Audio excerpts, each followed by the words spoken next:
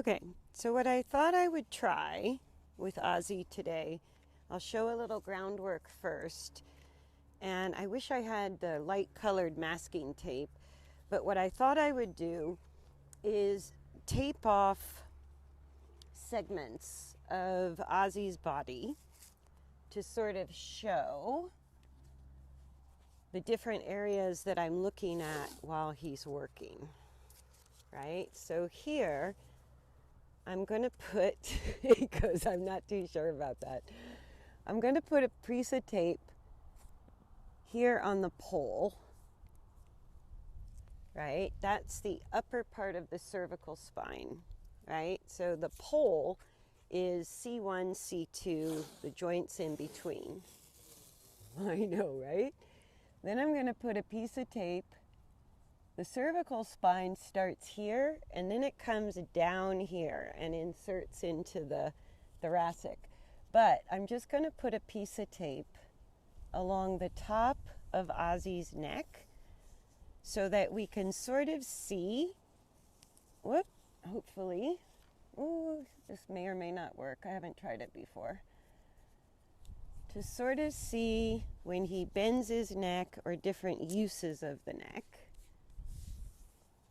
by kind of looking at the top line, right, with the pole sort of right in here, right? Then his barrel, hi kitty, I'm thinking if we run a piece of tape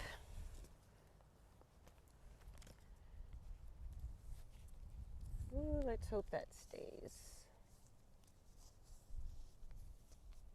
Okay, so it sort of wrinkles when he lifts his head up and stretches out when he puts his neck along. Right? Then we're going to run a piece of tape through the thoracic spine. Right? With a piece coming down this way that I'm hoping sort of shows movement related to the rolling of the barrel.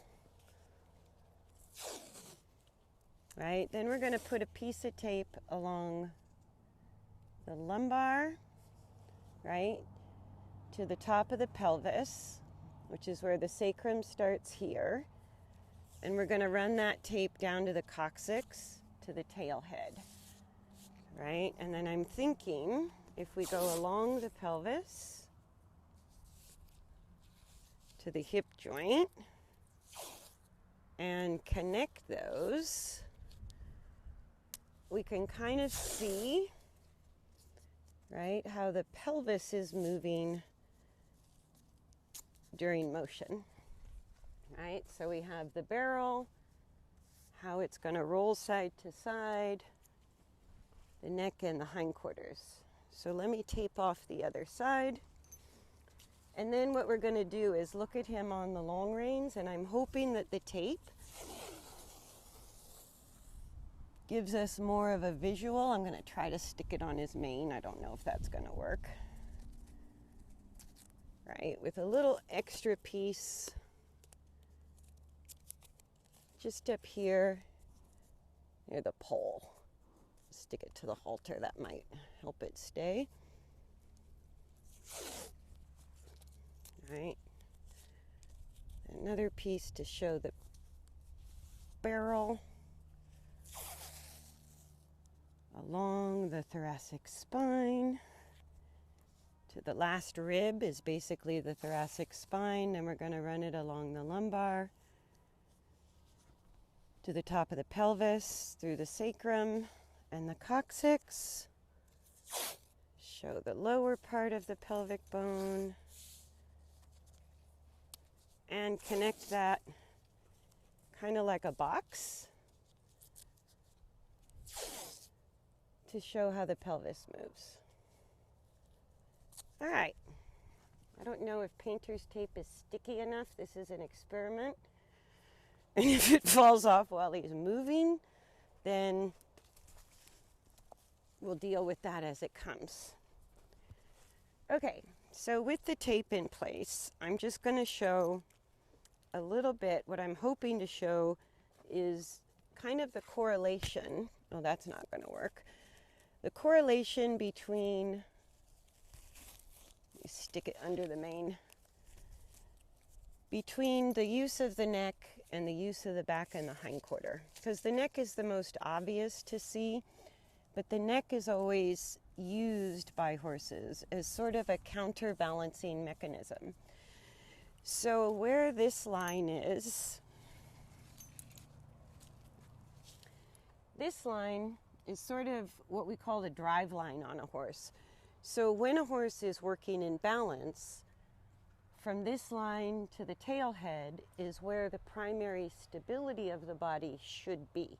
But that means the spine has to be aligned, the rotation has to be stabilized as a spinal function, the hindquarters need to be engaged, and the spine also has to lift upward into flexion.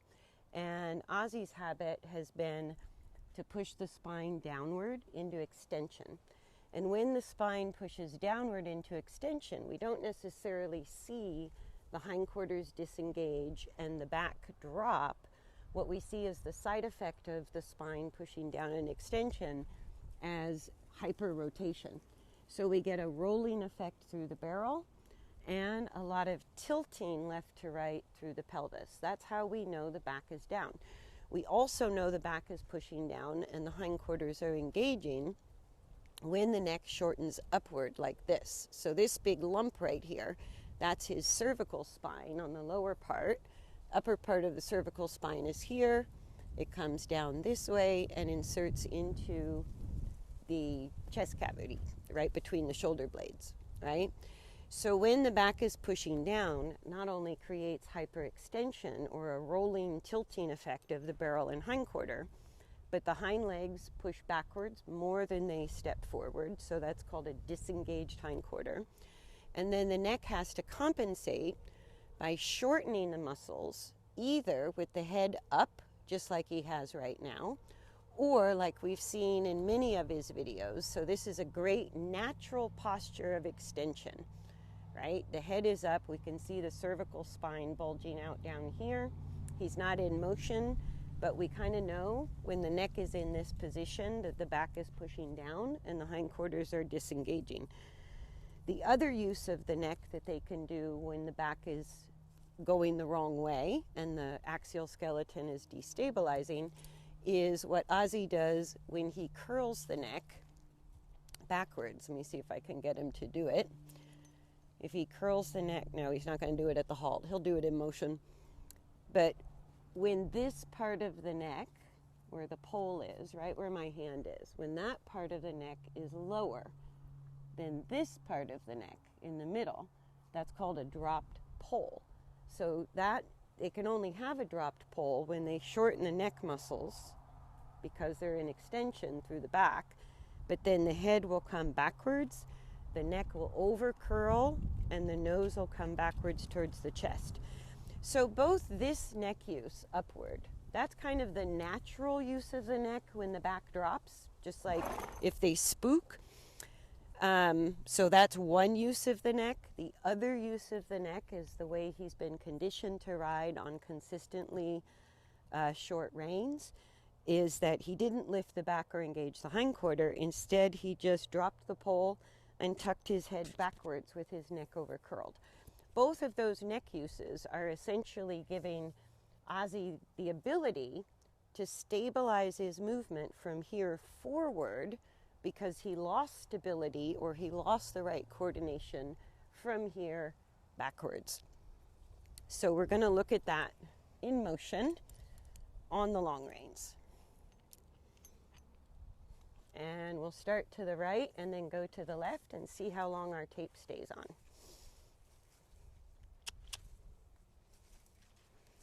So if I don't use the outside rein too much, as he walks away from the camera, you can sort of see the tilting of the box, the two boxes, left and right.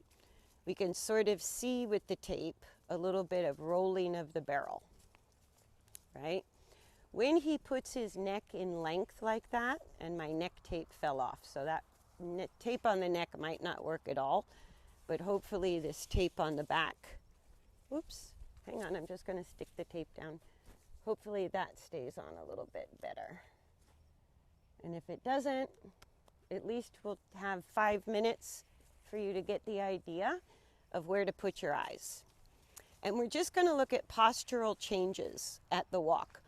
So when the neck shortens and the head goes up, you're going to see more movement through the hindquarters and the back, right? There'll be more of a rolling effect through the barrel, or a tilting effect if we look at the pelvis, the top of the pelvis, right? So just letting him choose how to move. And this is exactly why Ozzy has hock arthritis and weakness in his muscling of the hindquarters.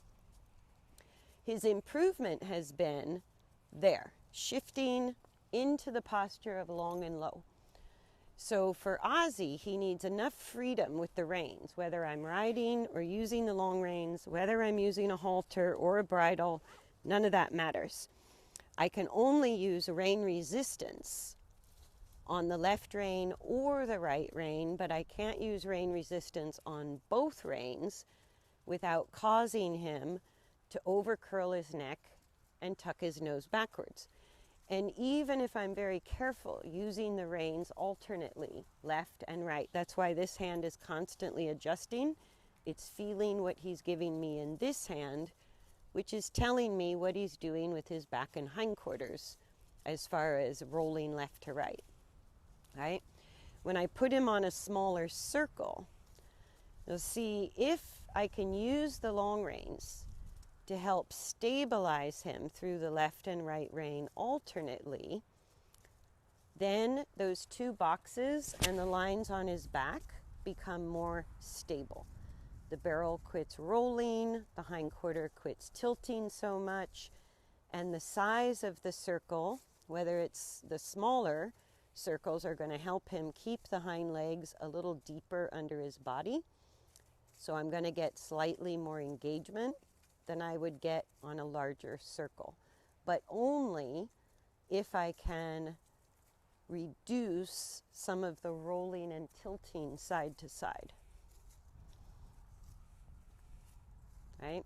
So as he goes around this small circle, you can see the correlation between the back rolling, the hindquarter tilting side to side, or the hindquarter, the pelvis sort of engaging forward or disengaging backwards, right? This is the point, and even in a halter, he still can curl his neck a bit when he loses the stability from that line near his withers to the back half.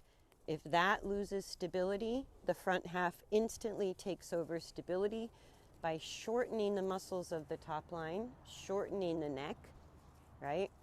And adjusting his head and neck position. So as we go on the first few minutes of our small circle, when he shifts and lengthens the muscles of the neck, so there he dropped his head a little bit but overcurled his neck, right? There he shortens the neck upward.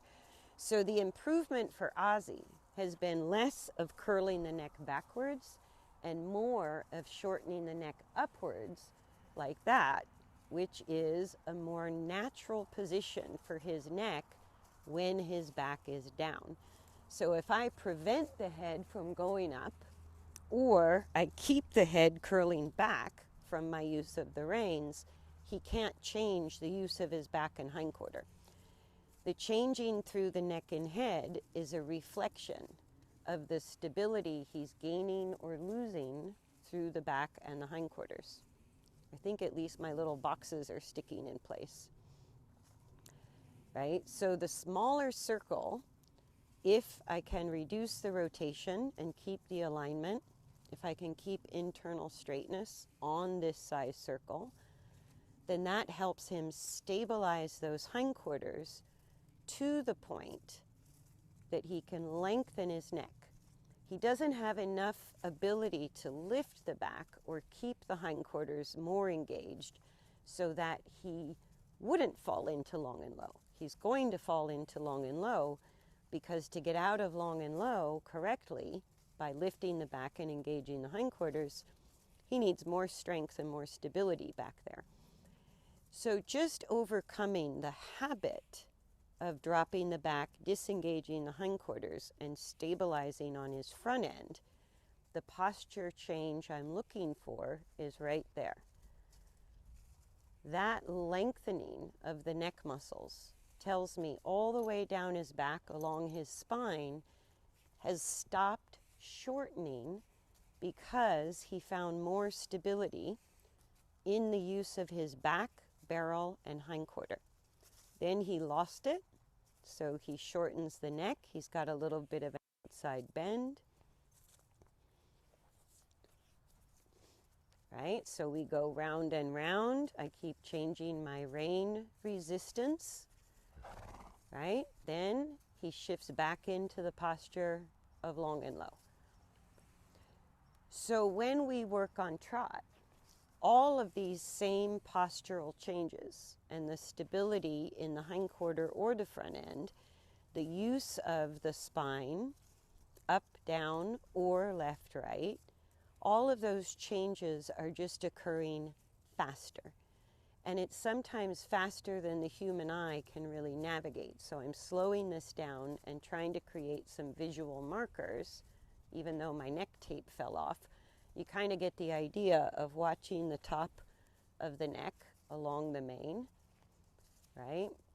So there he lengthens the neck, pokes his nose out a little bit, which tells me he's finding more stability through the back and hindquarter. And even with the tape there, it's difficult. The changes through the back and hindquarter are really subtle. Those areas of the spine and the body are not meant to move a lot. So the movement we can see with the tape is excessive. It should be stable. It shouldn't be, those boxes on his hindquarters should not be rolling side to side. They should be pumping straight up and down with the swing of each hind leg. The back should be incredibly stable instead of rolling side to side or bending side to side, right? Whenever we see that tape move on his back or his butt, his neck is going to change position, right? He has the freedom to curl his neck backwards, put his head upwards, or poke his nose forward. I'm just trying to stabilize the alignment of the neck to the back, left to right. Right? So as he warms up on our smaller circle, what I'm looking to see is that he chooses the posture of long and low for more strides at a time, that he comes into it easier, he holds it longer, and he loses it less frequently.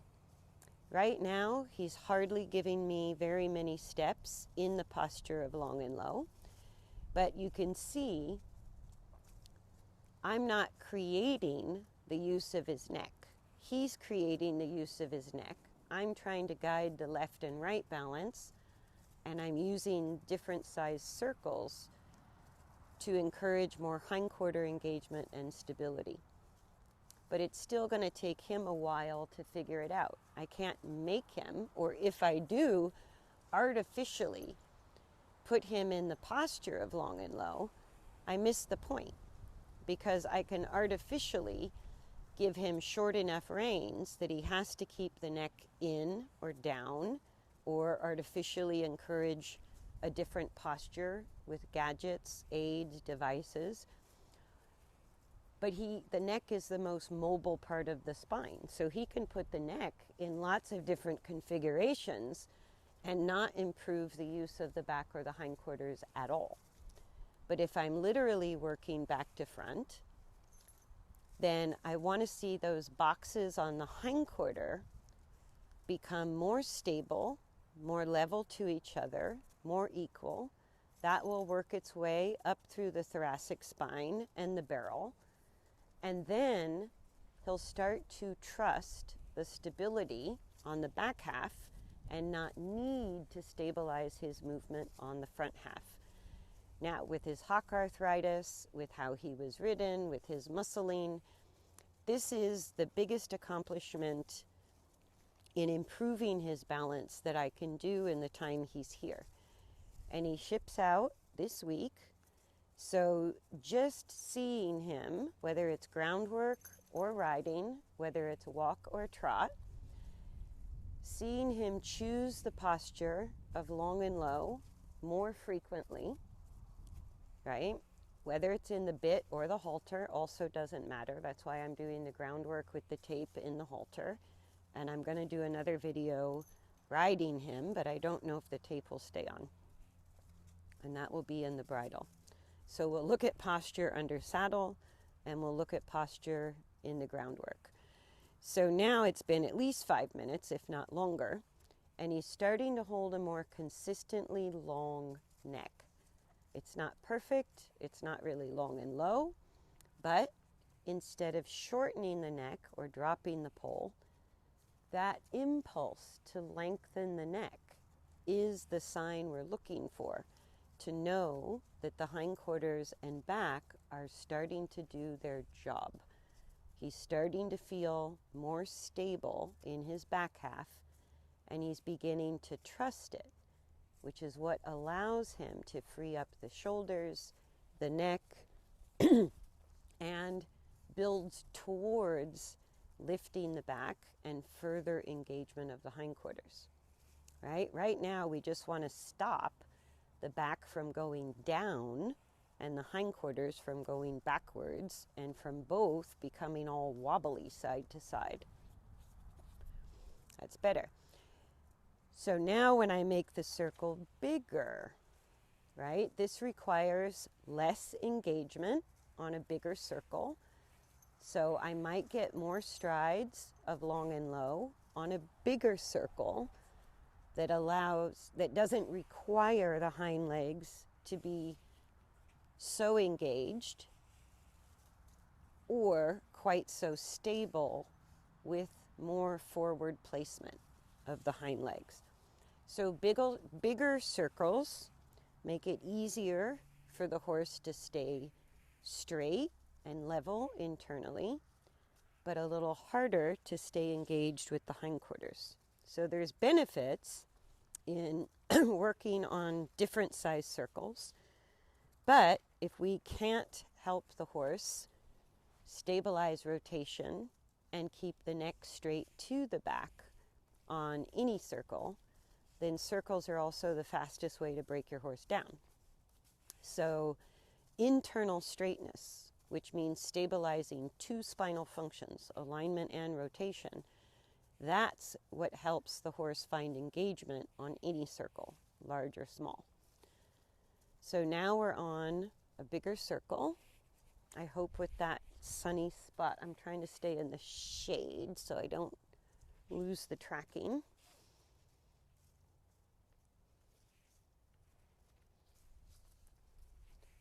So this is why Ozzy can spend, whether it's under saddle or on the long reins, he needs to still spend a lot of time on various size circles, because the hindquarter engagement and stability is harder for him even than maintaining internal straightness. So the reason he keeps resorting to shortening the neck upward or curling the neck backwards, which means he's dropping the spine, disengaging the hindquarters, the reason he keeps doing that, and it's hard for him to stay in long and low, has more to do with the use of his hindquarter engagement than it does with his ability to control the internal straightness, the alignment, or the rolling effect.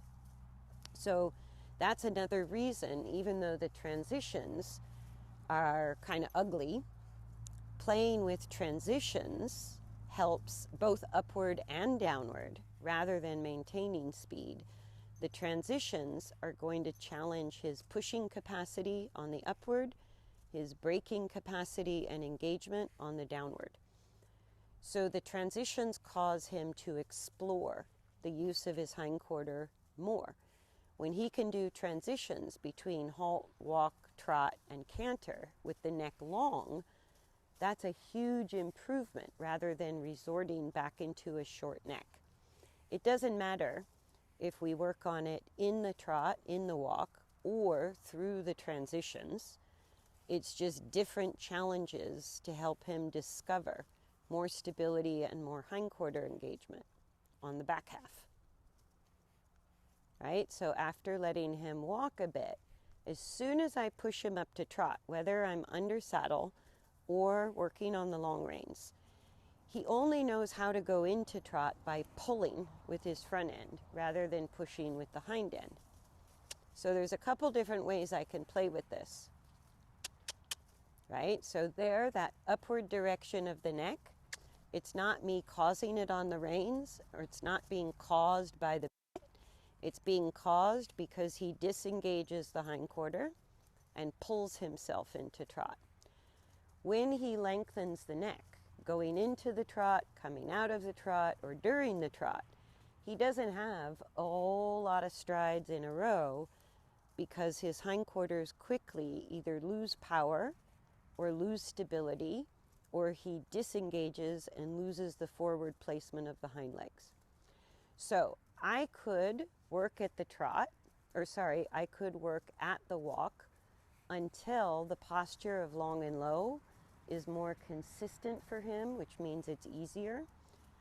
The small circle will take longer for him to get into the posture of long and low, but you're strengthening the hindquarter in the process. So it doesn't matter. If you need to build up more hindquarter strength and stability, then the smaller circle gets you there faster. But the bigger circle kind of allows him to find that lengthening of the neck and hold it easier. All right, so I'm going to try another trot. Even though he's still shortening his neck a little bit, when I push to trot, I can give him time and hope. He kind of figures out with each transition. That was good. He went into trot with a much longer neck, but he couldn't hold the trot in that posture for very long because he's in the process of developing the muscles needed to do that, as well as the coordination. All right, so I'll try it again. And if I push him into trot a little faster, he's going to shorten the neck like that, but then he lengthens the neck once he's trotting. If I push him into canter, I know for sure, trot, he's going to shorten the neck. He's going to, bring the head up in the air. That's pretty good. He's working on pushing and lengthening his neck. So I don't have to be in a hurry to get to canter, right? Because I don't have to ride that. That would be a little hard to ride, but he can explore in the groundwork. So that head toss was him losing his hind legs, right? He dropped his back. You might have seen that more with the help of the tape. But that's going to happen whether he's in a bridle or, I think I'm still tracking, whether he's in a bridle or a halter.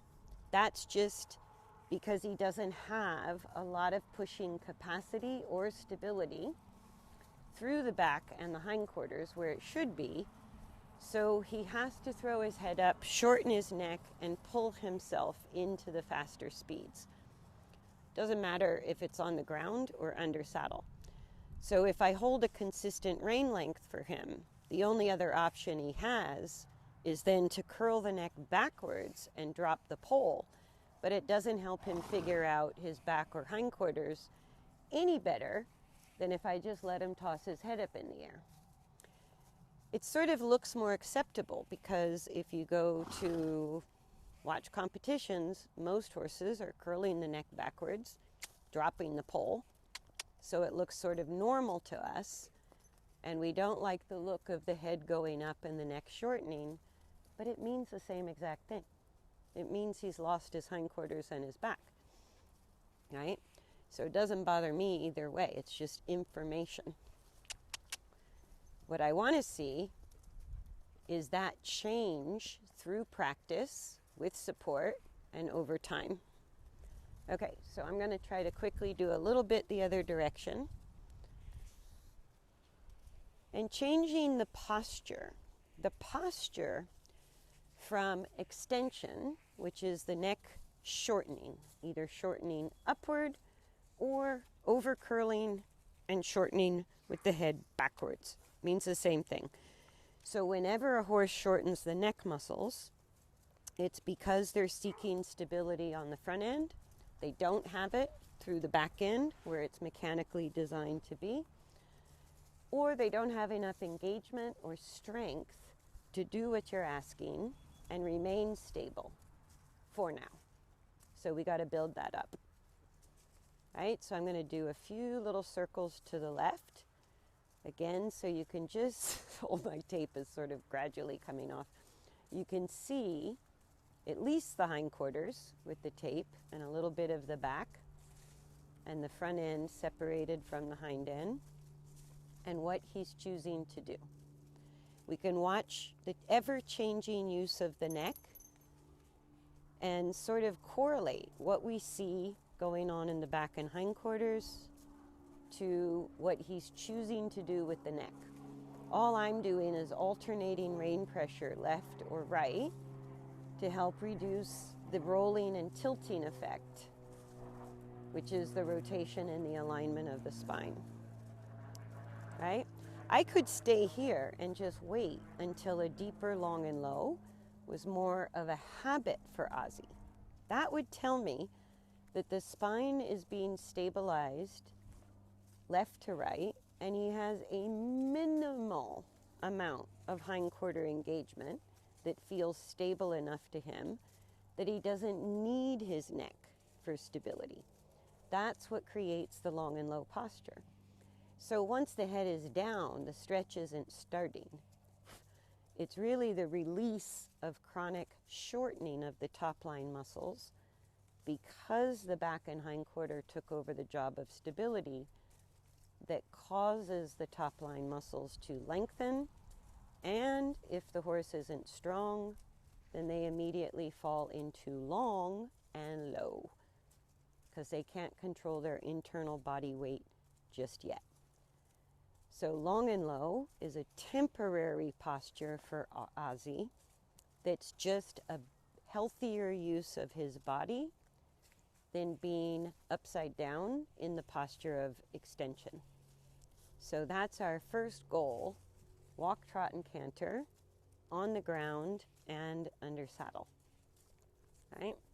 So now I'm going to let the circle get bigger. You're not going to see a ton of change in this video because I'm not doing any one thing long enough. But we're going to see him coming and going in his postural choices and uses while I play with different size circles and a couple of transitions. And so all of this information is what guides our choices during rehab, right? There's nothing wrong with just working on the walk until Ozzy can posturally stabilize, which means 5 consistent minutes he could walk in long and low. That would tell me his nervous system adapted, his muscle use adapted and strengthened in the back and hindquarter, so he doesn't have to keep shortening the neck up or curl the neck backwards. He can maintain a minimal amount of stability through his back and hindquarter engagement if he can sustain the posture of long and low for 5 consecutive minutes in the walk, 5 consecutive minutes in the trot, and equally well on both directions. Right? This is still a work in progress for Ozzy.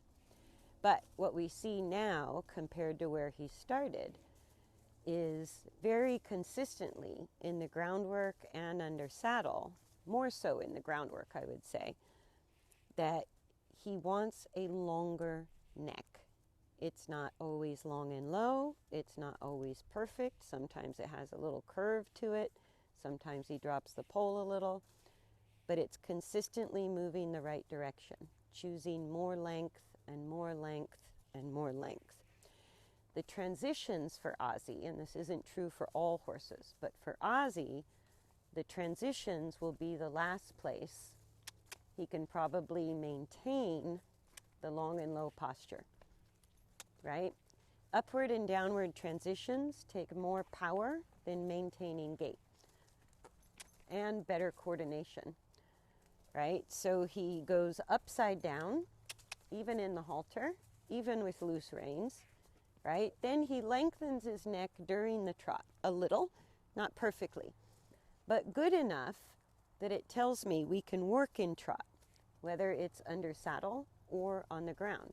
It's not going to be perfect. His head position and neck use is going to fluctuate a lot, but I get enough good steps here and there that it tells me it's not creating pain or a level of fear or discomfort that says I can't work on it yet. So if Ozzy can keep the learning frame of mind and find a few decent strides in the right direction of changing his posture during the trot, even playing with canter a little bit, right? Then I can keep asking and we can work on it. Canter, canter, right? The canter is still his most challenging gait. And with that great big head toss, that just tells you he lost his back and hindquarters significantly. So I let him slow down. Yes, right? And the excitement, the defensiveness of going into canter, all of that drama, that tells me that's really hard for him. It's hard for him to do in a comfortable way. So I get a big reaction, right? So that's why I backed off the canter a little, and I ask for 2 or 3 canter transitions only when I'm doing groundwork, and we spend the bulk of our time in walk and trot, because I don't want to leave him in a fearful place related to canter, but his reaction and struggle going into canter tells me I can check in there. I can do 2 or 3 canter transitions and then leave it alone. And as his body strengthens, I'm checking in with canter regularly to see when he can do it better. But he's going to build the strength for a better canter by changing his posture more consistently in the walk and in the trot. And if the trot work suddenly becomes too hard for him to do with a long neck, I can just work on the walk. It doesn't matter. It's the posture, which is sort of indicated by the neck use, that tells me when he's gaining more stability through the hindquarter and when he needs the stability in the front end. So if he loses stability or engagement through the back and hindquarter, he's going to drop the pole, or he's going to shorten the neck, backwards and curly, or upward and a big old head toss like he did going into canter. Right? They both mean the same thing. So now I'll try a little trot. We see the neck go up, right? Just as he starts to lengthen the neck in the trot, he also breaks gait. So under saddle, when he over curls the neck and puts the head backwards, he tends to go faster and faster in the trot. When he starts to get a little more self-control and resists going into the trot because it's not easy, that's when I usually get the head upward, right? What I'm looking for on the ground is between walk and trot and different speeds of walk and trot, that he starts to find more length through his neck, maybe even more long and low, no matter what he's doing on either direction, right? And you can see the head and neck use isn't any different if I have the halter on or if I use the snaffle bit. I don't use a bit with leverage because of his tendency to curl backwards. The less leverage I have on the bit or even in the halter, the more he's going to be encouraged to lengthen the neck. So even when I work on trot under saddle, if he starts to lean on the reins, sort of fixing and wanting a consistent length, I push the reins forward. I push my arms forward, or I lengthen the reins, but I get the pressure off the bit so that he has to carry himself and not lean on the reins, right? So we'll do just a few more laps of the smaller circle, and before all the tape blows off, you can maybe see a difference, at least with the boxes that kind of stayed in place, if not with the whole barrel. And as the camera angle changes and you get a back view, a front view, and a side view, it can be a little easier to develop your eye for what I'm talking about, and then watch how Ozzy chooses to alter the neck, right? Depending on how engaged and how stable the hindquarters are, as well as the whole barrel and the thoracic spine. So that's what we're looking for no matter what. And if I gave him a consistent rein length, or if I sat back when I'm riding him at trot and I put the weight in my seat, all that's going to do is encourage him to drop the back, tighten the back muscles against my body weight in my seat rather than my legs, making it harder for him to engage the hindquarters and stabilize the back. So when I ride him, especially at trot, I'm more in a forward position because I need to keep the weight more in my legs than my seat. I have a short rein, but it's never consistent or tight. I'm always alternating left and right and dropping the pressure on both reins as often as I can.